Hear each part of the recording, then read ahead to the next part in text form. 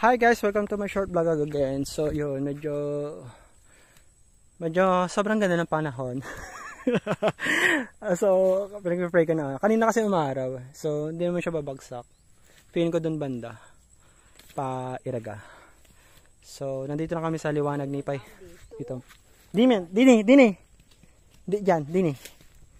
So yun, ako yung guide ni Lola kasi yung tinampo na alam niya is iba pa. So dito medyo malapok ng husto kaya kailangan luway-luway kita. So next vlog uli. Doon na sa sa liwanag ni Pai Peter. Tagiti na daw. So guys, yun nga pala, welcome to my short vlog again. So ito pala yung isa sa mga akasya. So karaniwan maraming akasya dito na palatandaan. And thankfully yung mga akasya dito is siguro mga 20 to 25 years or more than. Kasi malalaki na. Dito la!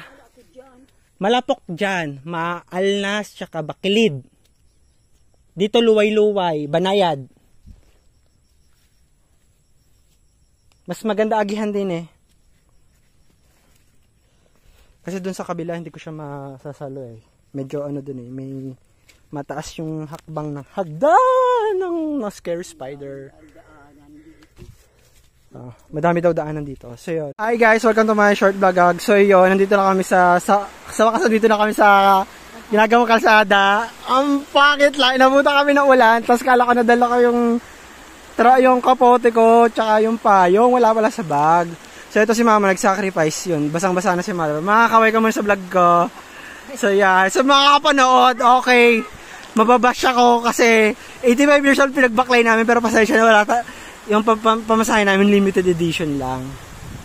Kasi Lola na PSA. Magpi-PSA kasi kami. Tsaka medyo napornada kasi yung padala. Kung hindi napornada, hindi kami magbabaklay. Pero G lang naman si Lola.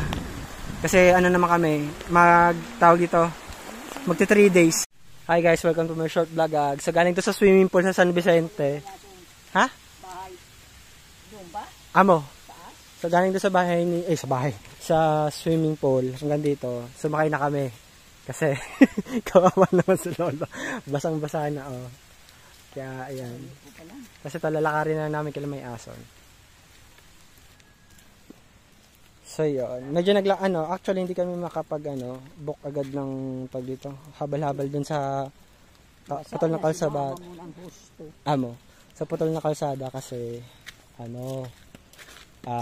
wala dong nagtatambay ng mga habal-habal driver. Binahaya ni may